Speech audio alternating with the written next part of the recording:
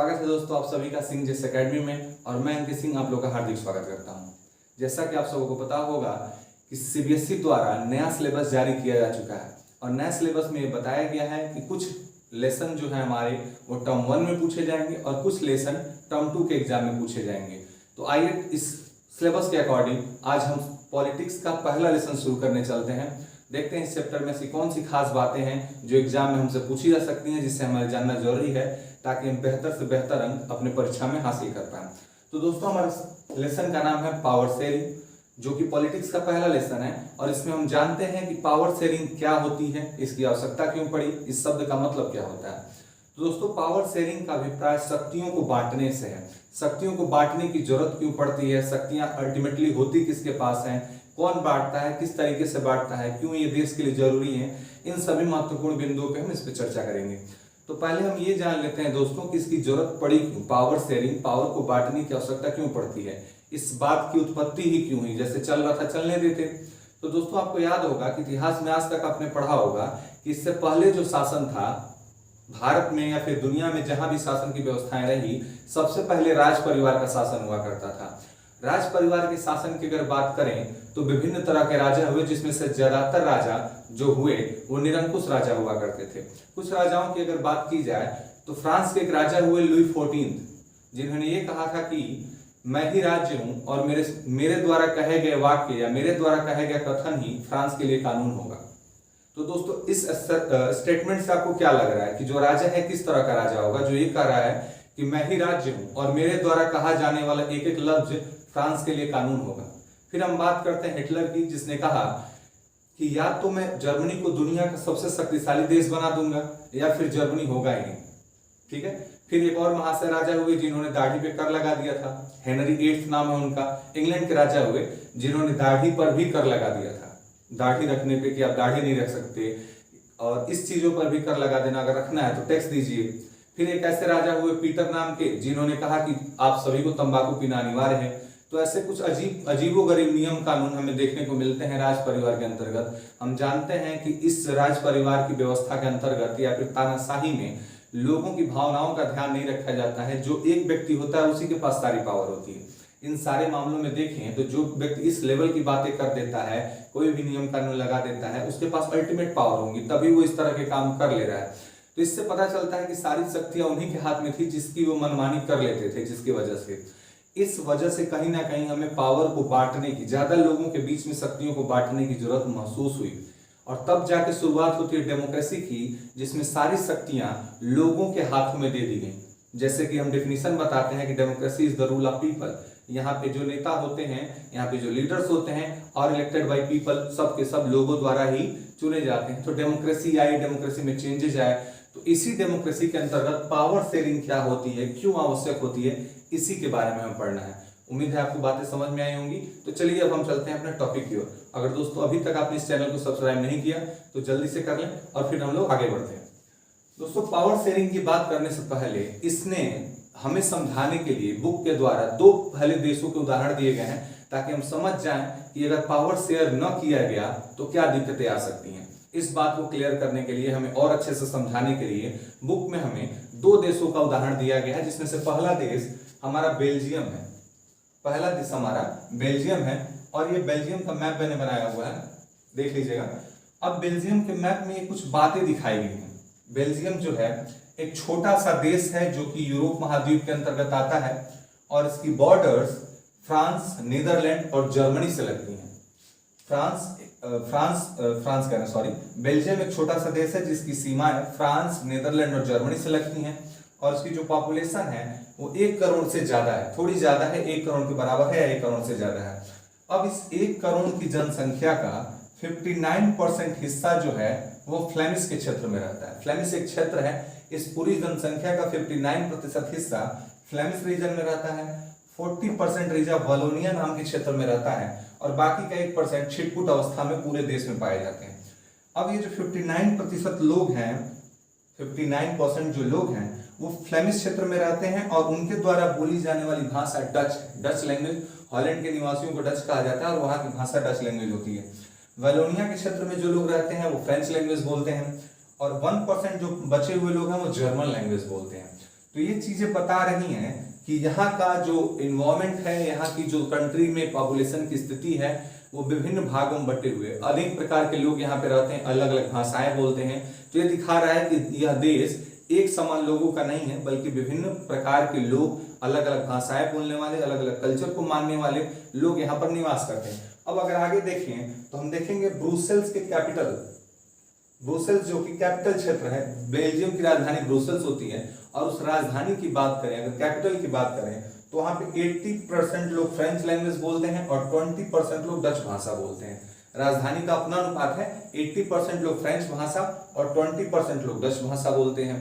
तो ये राजधानी का क्षेत्र है, और राजधानी के क्षेत्र में जो ज्यादा जनसंख्या है वो फ्रेंच पीपल की है। अगर आप ऊपर यहाँ देखें तो फ्रेंच पीपल जो थे ओवरऑल संख्या में कम है, लेकिन राजधानी में ज्यादा है। तो दोस्तों किसी भी कंट्री के लिए महत्वपूर्ण या फिर पावरफुल या फिर सबसे ज्यादा डेवलप जो हिस्सा होता है ना, वो कंट्री का राजधानी ही होता है। तो राजधानी में रहने वाले लोग कौन है? बहुत बढ़िया, वो राजधानी में जो लोग रहते हैं वो फ्रेंच लोग हैं, फ्रेंच पीपल हैं, जो फ्रेंच भाषा बोलने वाले लोग हैं वो राजधानी में रहते हैं। तो जब दिल्ली की अगर बात करें, हम अपनी राजधानी की बात करें, तो दिल्ली जो है वहाँ एजुकेशन सिस्टम बेहतर होगा, वहाँ पे जॉब अपॉर्चुनिटी ज्यादा होंगी, वहाँ पे ग्रोथ के ऑप्शंस ज्यादा होंगे। तो राजधानी में चीजें ज्यादा सुलभ होती है, ज्यादा विकास के मौके लोगों को मिलते हैं। तो जो फ्रेंच पीपल 80% आपके फ्रांस में बेल्जियम के जो राजधानी क्षेत्र, बेल्जियम राजधानी क्षेत्र में जो रह रहे हैं ब्रुसेल्स में, वहां पे उनको जॉब के मौके ज्यादा मिले होंगे, उन्हें ग्रोथ करने के ज्यादा मौके मिले होंगे, उन्हें शिक्षा के मौके मिले होंगे ज्यादा। और 80% लोग जो फ्रेंच कम्युनिटी वहां पे रहती है बेल्जियम की राजधानी में ब्रुसेल्स में, उन लोगों ने डच भाषा वालों की तुलना में पहले ज्यादा डेवलपमेंट कर लिया था। अब जाहिर सी बात है, अगर कोई दिल्ली में रह रहा हो एक परिवार आपके घर का, और दूसरा परिवार बिहार के किसी छोटे से गांव में रहता है, तो ज्यादा अपॉर्चुनिटी आगे बढ़ने की दिल्ली वाले को ही मिलेगी, क्योंकि उनके पास ज्यादा ऑप्शन है आगे बढ़ने के, करियर में कुछ चूज करने के लिए, अपने विषय में सोचने के लिए। जबकि बिहार, यूपी, उड़ीसा जैसे क्षेत्रों में अभी उतनी संभावनाएं नहीं है कि हम आपको ऊंची शिक्षा दे पाए। ग्रामीण इलाकों में, शहरों में तो ठीक ठाक है, ग्रामीण इलाकों में ऐसी बहुत बड़ी सुविधाएं अभी उपलब्ध नहीं हो पाई है। ट्रांसपोर्ट तक की सुविधाओं में भी समस्या है, तो एजुकेशन वगैरह, हेल्थ एजुकेशन तो बहुत बड़ी बात हो जाती है।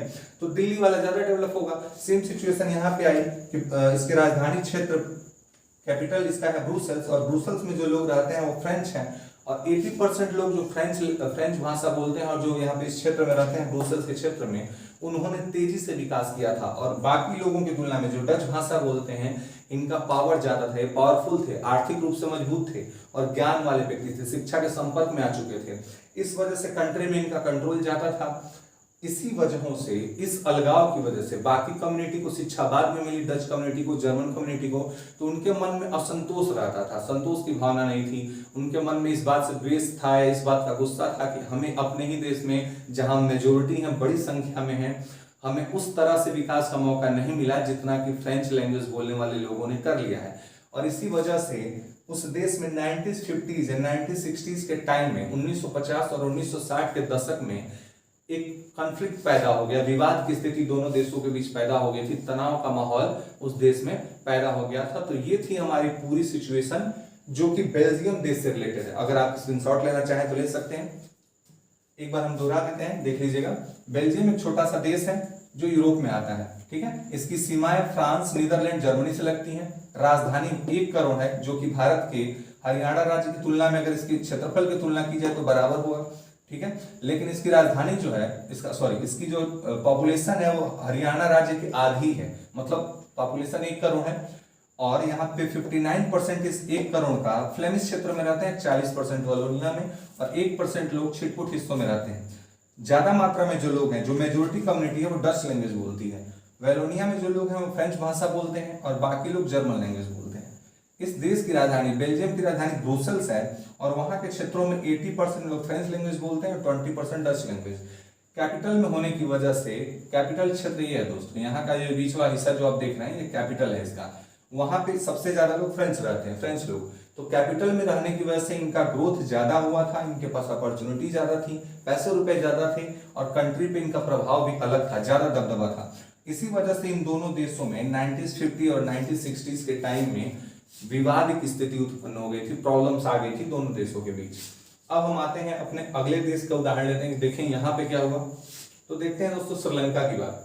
श्रीलंका भारत का एक पड़ोसी देश है, एन आइलैंड कंट्री, जो कि द्वीपीय देश है, मतलब चारों ओर से जल से घिरा हुआ है, and few kilometres off the southern coast, और भारत के दक्षिणी तट से कुछ किलोमीटर की ही दूरी पर है। पॉपुलेशन 2 करोड़ है, हरियाणा के बराबर। यह जो देश है, कौन सा, श्रीलंका, इसकी पॉपुलेशन 2 करोड़ है, जो कि हरियाणा के पॉपुलेशन के बराबर है। यहाँ पे जो सिंहला भाषा बोलने वाले लोग हैं, यहाँ की मेजोरिटी की हम बात करते हैं दोस्तों, 2 करोड़ की मेजोरिटी है। इस मेजोरिटी का एक बड़ा हिस्सा जो सिंहला भाषा बोलता है वो 74% है। 74% एक ऐसी कम्युनिटी है जो सिंहाला भाषा बोलती है, ठीक है। और बाकी के लोग तमिल भाषा बोलते हैं, 74 और 18। तमिल वालों का परसेंटेज कितना है, तमिल लैंग्वेज बोलने वालों का 18%। अब ये जो सिंहाला कम्युनिटी है, इनका जो धर्म है ना, जो धर्म इनका है वो बुद्धिस्ट है, बौद्ध धर्म को मानते हैं ये लोग सब बुद्धिज्म वाले हैं, बौद्ध धर्म को मानते हैं। और तमिल स्पीकर्स की बात की जाए, जो तमिल भाषा बोलते हैं, इनमें 18% लोग हैं, जिसमें से 13% श्रीलंकन तमिल है। अब श्रीलंकन तमिल का क्या मतलब हुआ कि वे लोग वह तमिलियन जो वहीं के निवासी थे, श्रीलंका के ही मूल निवासी थे। और दूसरे तमिलियन है इंडियन तमिलियन। इंडियन तमिल का क्या मतलब कि जिनके फोरफादर, जिनके पेरेंट्स है, जिनके परदादा या फिर उनके पूर्वज वंशज काम की तलाश में अंग्रेजों के समय में या फिर बागानों में काम करने के लिए उन्हें क्या कर लिया गया था, श्रीलंका में बुलाया गया था, और वहीं पे वो बस गए थे, वहीं पे उन्होंने अपने वहीं पे रह गए, वो भारत नहीं लौट के आए। तो उनके वंशज या फिर उनके जो उनकी जो पीढ़ियां थी, उन लोगों को इंडियन तमिल के नाम से जाना गया। अब श्रीलंकन तमिल के क्षेत्र की बात की जाए तो ये लोग रहते हैं north and east in the country. किसी भी देश में मैप, अगर हम मैप की बात करते हैं, मैप की बात करें, अगर दिशाओं की बात की जाए तो सबसे ऊपर जो दिशा होती है वो नॉर्थ होती है, इधर साउथ होता है, इधर ईस्ट होता है और इधर वेस्ट होता है। आप जानते होंगे इतना, ऊपर उत्तर, नीचे दक्षिण, इस साइड पूर्व और इस साइड पश्चिम दिशा होती है। अगर श्रीलंका की बात करें तो श्रीलंकन तमिल जो है कहाँ रहते हैं भाई, north and east in the country, north and east. तो ये वाला हिस्सा जो इनका है, यहाँ पे हमारे रहते हैं श्रीलंकन तमिल, और ये बीच का जो हिस्सा हमने दर्शाया है वहां पे रहते हैं इंडियन तमिल्स। तो ये थी इन लोगों की बातें। और जो बड़ा सा हिस्सा खाली छूट जा रहा है वो सिंहाला कम्युनिटी वाले लोगों का है। तो ये था इस देश की सिचुएशन। और 7% लोग, इस जनसंख्या के अलावा 7% लोग क्रिश्चियंस हैं, जो दोनों भाषाएं बोल लेते हैं, तमिल भी जानते हैं और सिंहाला भी जानते हैं। और इन लोगों की अगर धर्म की बात की जाए, ये जो तमिल हैं, इन लोगों के धर्म की बात की जाए तो या तो ये हिंदू हैं या फिर मुस्लिम्स हैं। तमिल भाषा जो लोग बोलते हैं वो किस धर्म के हैं, हिंदू और मुसलमान धर्म के हैं। इसके अलावा जो सिंहला बोलने वाले लोग हैं वो किस धर्म के हैं, वो बौद्ध धर्म के हैं। और साथ ही साथ जो नीचे 7% क्रिश्चियन हैं, वो दोनों भाषाएं बोल सकते हैं, वो तमिल भी जानते हैं और उससे सिंहला लैंग्वेज भी जानते हैं। तो ये रहा दोस्तों इस दोनों देशों से जुड़ी हुई कुछ विशेष बातें जो इसमें बताई गई हैं कि इन दोनों की सिचुएशन क्या थी। अब यहाँ की बात करें तो यहाँ पे देख रहे हैं कि धर्म का भी आधार है, यहाँ पे एक रिलीजन का भी मुद्दा है और दूसरी उनके भाषा की भी। तो दो मुद्दे यहाँ पे एक साथ दिख रहे हैं, तो यहाँ पे कॉन्फ्लिक्ट होने के चांसेस ज्यादा हैं। तो चलिए देखते हैं इन दोनों देशों में अब आगे क्या हुआ। तो दोस्तों इन दोनों देशों में क्या हुआ ये जानने से पहले आइए हम इमेजिन करते हैं एक छोटी सी स्टोरी को, कि जहाँ पे कुछ ऐसे कंडीशन बन रहे हैं कि गाँव का ऐसा क्षेत्र है जहाँ पे एक बड़ी जनसंख्या वाले लोग हैं और कम जनसंख्या वाले लोग हैं। मतलब क्या कि एक मेजोरिटी वाले लोग हैं और एक माइनॉरिटी वाले लोग हैं, चाहे वो धर्म से हो या जाति से। हम जाति धर्म मान लेते हैं, जाति से मान लेते हैं।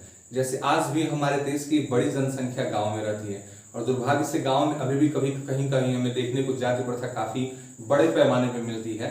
तो सपोज करते हैं कोई बड़ी जाति वाले लोगों का ज्यादा दबदबा है, ज्यादा संख्या है, और माइनॉरिटी या छोटी जाति वाले लोगों की कम संख्या है वहाँ पे किसी गाँव में। तो वहाँ पे दोस्तों क्या सिचुएशन होगी, वहाँ पे ये हो सकता है कि अधिकतर अगर किसी बात का डिस्प्यूट होगा तो छोटे कास्ट वाले लोगों के साथ बुरा बर्ताव हो सकता है, उन्हें दबा दिया जाएगा या उनकी मांगों पर ध्यान नहीं दिया जाएगा, उनको वो रिस्पेक्ट नहीं मिलेगी जिसके वो हकदार हैं। तो ये सारी चीजें तब होती हैं जब मेजोरिटी और माइनॉरिटी का झगड़ा होता है। अभी इन दो देशों का उदाहरण हमने लिया, बेल्जियम का और श्रीलंका का। तो उन दोनों देशों को देख के हमें क्या लगा होगा कि इतनी अलग अलग डाइवर्सिटी है, इतनी अलग जनसंख्या है वहाँ पे, कोई अलग भाषा बोल रहा है, कोई अलग कल्चर का है। तो ऐसे में वहाँ पे क्या हो सकता है दोस्तों, जब अलगाव होता है जाति या धर्म के नाम पे, तो उसके दो ही ऑप्शन होते हैं या दो ही विकल्प बचते हैं अब उस देश के लिए, कि या तो उस देश में भयानक दंगे होंगे जैसा कि हमारे देश में हुए थे कब 1947 की आज़ादी के समय में, हिंदू और मुसलमान को लेकर के कई बार छिटपुट दंगे तो होते रहते हैं, लेकिन आज़ादी के समय जो जाति धर्म को लेकर डिमांड हुई थी, या फिर वो इस लेवल तक बढ़ गई थी, इतना कॉन्फ्लिक्ट बढ़ गया था कि बंटवारा हो गया। तो भारत एक ऐसा उदाहरण है जो दोनों घटनाएं इसमें हो सकती हैं, आप उसे आसानी से समझ सकते हैं। जैसे मैं बता रहा था कि सिर्फ दो ही सिचुएशन होती है, इतनी अलगाव अगर किसी कंट्री में हो तो इतने अलग अलग लोग रह रहे हो तो दो ही सिचुएशन होगी, या तो भयानक दंगे होंगे या फिर देश आपस में दो टुकड़ों में कई टुकड़ों में बढ़ जाएगा। जैसे जैसे लोग होंगे वैसे वैसे उसके टुकड़े होने के चांसेस बढ़ते चले जाएंगे। अब भारत में सिर्फ दो ही ऐसे संप्रदाय थे जो उन दिनों आपस में लड़ रहे थे कि हमें अलग मुल्क चाहिए, हिंदू और मुसलमान को लेकर के। तो हिंदुस्तान बना और फिर पाकिस्तान बन गया। क्यों? क्योंकि एक मजहब या एक धर्म के लोग ये डिमांड कर रहे थे कि हमें क्या करना है, अलग मुल्क चाहिए। कुछ लीडर ऐसे थे जिन्होंने डिमांड की मुस्लिम लीग के माध्यम से कि अब हमें एक अलग देश चाहिए। तो धर्म के लेकर के बीच में अगर आपस में मिसअंडरस्टैंडिंग हुई, विवाद की स्थिति उत्पन्न हुई, जिससे देश का क्या हो गया, विभाजन हो गया। तो ऐसे सिचुएशन में यही होता है कि या तो दंगे होते हैं या फिर देश बढ़ जाता है। अब इन दोनों देशों की बात करें तो पहले वाले केस मतलब बेल्जियम, हमने ये जाना था कि बेल्जियम में जो ज्यादा संख्या वो डच वालों की, कम संख्या में फ्रेंच वाले लोग हैं। तो डच वाले लोग अब अपनी जनसंख्या का फायदा उठा करके, अपनी बड़ी संख्या का फायदा उठा करके फ्रेंच कम्युनिटी पर दबाव बना सकते हैं, उनकी मांगों को मानने से इनकार कर सकते हैं, उनकी बातों पर ध्यान नहीं दे सकते हैं, उन पर जोर जबरदस्ती की जा सकती है। ये घटनाएं वहां पे हो सकती हैं। और साथ ही साथ यदि हम श्रीलंका की बात करें तो श्रीलंका में भी यही कहानी है। श्रीलंका में भी जो सिन्हाला बोलने वाले लोग हैं वो कम भाषा वाले तमिलियंस पे अत्याचार कर सकते हैं, उनकी बातों को सुनने से मना कर सकते हैं, अपनी मनमर्जी कर सकते हैं। तो ये थे, अगर ऐसी सिचुएशन बढ़ती है तो अंततः क्या होगा, हो सकता है देश में दंगे हों, नहीं तो फिर मैंने जो दूसरा तरीका बताया कि देशों के टुकड़े इन्हीं परिस्थितियों में हो जाते हैं। तो आइए हम लोग देखते थे कि एक्चुअल में वहां पे हुआ क्या, एक्चुअली कंडीशन वहां कैसी बनी, आइए देखते हैं। तो पहले श्रीलंका का उदाहरण लेके समझते हैं। दोस्तों मैं जो भी इस पे व्हाइट बोर्ड पे लिख रहा हूँ आप अपनी कॉपी में नोट करते चलिएगा, क्योंकि ये शॉर्ट हेडिंग के जैसे या फिर शॉर्ट जो इंपॉर्टेंट पॉइंट है वही मैंने ब्लैक व्हाइट बोर्ड पे यहाँ पे लिखे हैं। तो आपको उससे ही चीजें पूरी कवर हो जाएंगी। इतना पढ़ने के बाद जब आप बुक देखेंगे तो आपको लगेगा कि हाँ पूरी टॉपिक कवर हो गई है। तो आप स्क्रीनशॉट ले लीजिएगा या फिर लिख लीजिएगा कॉपी में। पहले वाला जो आपको क्लियर समझ में आ गया होगा, इससे पहले जो मैंने बताया था। अब हम आगे चलते हैं कि इसमें क्या हुआ श्रीलंका में। श्रीलंका में कौन सी ऐसी चीजें हुई जिससे आगे उनकी स्थिति और बदतर होगी। दोनों क्षेत्रों का बनावट हम समझ लिए थे, लोग कौन कौन से रह रहे हैं इसके बारे में हम जान चुके थे। अब आते हैं उनके सिचुएशन पे। श्रीलंका में मेजोरिटेरियनिज्म अपना लिया गया। इसका मतलब होता है बहुसंख्यवाद या जनसंख्यावाद की बात करना। जो जिसकी ज्यादा जनसंख्या होगी उसकी बात हम सुनेंगे। इस तरह की विचारधारा श्रीलंका में आ गई थी कि जो मेजोरिटी में रहेगा उसे ही ज्यादा राइट मिलेंगे। और इस तरह से इसी आधार पर उन लोगों ने वहां पे काम करने भी शुरू कर दिए। इंडिपेंडेंस की बात करें तो श्रीलंका को आजादी मिल जाती है 1948 में, भारत की आजादी से साल भर बाद। और 1956 में इन्होंने एक ऐसा नियम पारित किया जिसमें ये कहा गया कि सिन्हाला लैंग्वेज जो है अब इस कंट्री की ऑफिशियल लैंग्वेज होगी। किस कंट्री की? श्रीलंका की। अब जो ऑफिशियल लैंग्वेज है, राष्ट्रभाषा, राजकीय भाषा जो होगी वो कौन सी होगी? सिन्हाला होगी।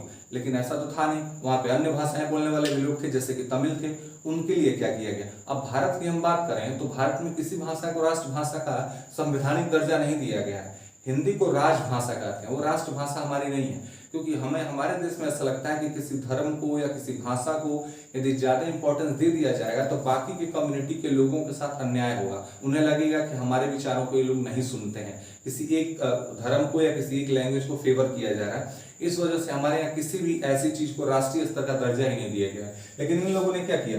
इन्होंने 1956 में सिंहला को कह दिया कि श्रीलंका की यही राष्ट्रीय भाषा रहेगी, तुम लोग जहाँ हो वहीं रहो या भाड़ में जाओ, कोई फर्क नहीं पड़ता है। उन लोगों की बातों के उन्होंने मानने से साफ मना कर दिया, उनके बारे में सोचना ही छोड़ दिया। इस तरह से जब ये घटना हुई तो उन लोगों के मन में ये लगा कि ये लोग हमारी भावनाओं को कुचल रहे हैं, हमें दबा रहे हैं। तो उनके मन में असंतोष और बढ़ गया। अब एक और बात इमेजिन करिए, 80% जैसे संख्या, बड़ी संख्या जो है, काफी बड़ी संख्या में अगर एक ही जाति के लोग रहें और उनके बीच से कोई प्रतिनिधि चुनना हो तो कौन सा प्रतिनिधि चुन के आए? जैसे मान लीजिए 100 लोग किसी गांव में हैं और 80 जो लोग हैं, 80 जाति में 80 जो लोग हैं वो ब्राह्मण हैं। और गांव के लिए यदि कोई बड़ा पद चुनना हो, किसी सरपंच चुनना हो, और ये मैटर यदि गांव के लोगों के हाथ में हो, वैसे तो सरकार खुद भेजती है कि इस बार इस जाति का सीट आया है तो वही चुनाव लड़ेंगे। लेकिन इमेजिन करते हैं यदि गांव के बीच में से किसी एक व्यक्ति को पॉइंट आउट करना हो तो गांव के लोग उसी 80 वाले बड़ी कम्युनिटी में से किसी एक को निकालेंगे। अब जो व्यक्ति 80 वाली कम्युनिटी से आएगा वो सिर्फ अपनी कम्युनिटी के बारे में भला सोचेगा, क्योंकि अगर वो दूसरे 20% वालों के बारे में सोचना ज्यादा शुरू कर दिया तो उसके ही लोग उसके लिए दुश्मन बन जाएंगे। इस वजह से इस बड़ी जनसंख्या सिन्हाला वाली कम्युनिटी में सिन्हाला कम्युनिटी वाले बड़े देश, सिन्हाला कम्युनिटी जो है यहाँ बड़ी जनसंख्या में थी, तो इस वजह से इस देश में जो लीडर भी हुए उन्होंने भी सिर्फ किसको ध्यान दिया, सिर्फ सिन्हाला कम्युनिटी पर ही अपना फोकस किया, उन्हीं लोगों को बढ़ाने में लगे रहे, बौद्ध धर्म का इन्होंने प्रचार प्रसार किया और बाकी के लोगों की मानने से, उनकी बातों को सुनने से इनकार कर दिया गया। तो अब जो गवर्नमेंट जॉब हैं या हेल्थ फैसिलिटीज हैं या फिर कहीं और मौके हैं रोजगार प्राप्त करने के, उसमें पहला स्थान इन्होंने सिन्हाला कम्युनिटी को दे दिया जो बौद्ध धर्म वाले थे, और तमिलियंस को बुरी तरह से यहाँ भी इनकार कर दिया गया। तो अंततः इन सब घटनाओं की वजह से उन लोगों के मन में बात आ गई कि अब सरकार या यहाँ का संविधान हमारी बातों को सुनने के लिए तैयार नहीं है। उनके मन में असंतोष काफी पीक पे चला गया था, वो काफी दुखी हो चुके थे इस व्यवस्था की वजह से जिसे मेजोरिटेरियनिज्म कहा गया, जिसमें सिर्फ जनसंख्या देख करके ही वहाँ की सरकार रूल कर रही थी कि बड़ी जनसंख्या में ये लोग हैं तो इनको खुश रखना ज्यादा जरूरी है, तुम लोग कहो तुम लोग रहो या निकल लो, कोई फर्क तुमसे पड़ता नहीं है। तो ना तो उन्हें रोजगार मिलते थे, ना ही कोई सरकारी कामों में हिस्सा मिलता था। तो इस तरह से वो लोग काफी दुखी हो चुके थे इस व्यवस्था की वजह से। अंततः 1980s में वो लोग थक के डिमांड की इंडिपेंडेंट तमिल एलम की। अब ये क्या होता है, इंडिपेंडेंट तमिल एलम, एलम का मतलब स्टेट होता है, उन्होंने स्वतंत्र तमिल राज्यों की मांग की। अब इसमें ये देखना था कि मैंने ये बताया था कि अगर श्रीलंका का मैप हम बनाए तो इसके इस क्षेत्र में सर्वाधिक मात्रा में तमिल लोग निवास करते थे, ऊपर का क्षेत्र और पूर्वी क्षेत्र। तो इन क्षेत्रों में जहां तक इन लोगों की ज्यादा जनसंख्या थी, इन लोगों ने डिमांड किया कि हमें अपने ही क्षेत्र में रूल करने का मौका दे दीजिए। पूरी यहाँ पे इंडियन तमिल थे, इनकी बात हो नहीं रही, अभी श्रीलंकन तमिल की बात हो रही है। तो इन क्षेत्रों में जहां श्रीलंकन तमिल ज्यादा है उनको वहीं पे ऑटोनोमस खुद से शासन करने का रूल हक दे दिया जाए कि हम जहां पे हैं वहां पर खुद से ही शासन कर पाए, अपने लोगों पर रूल कर पाए, बाकी आप लोग अपना करते रहिए।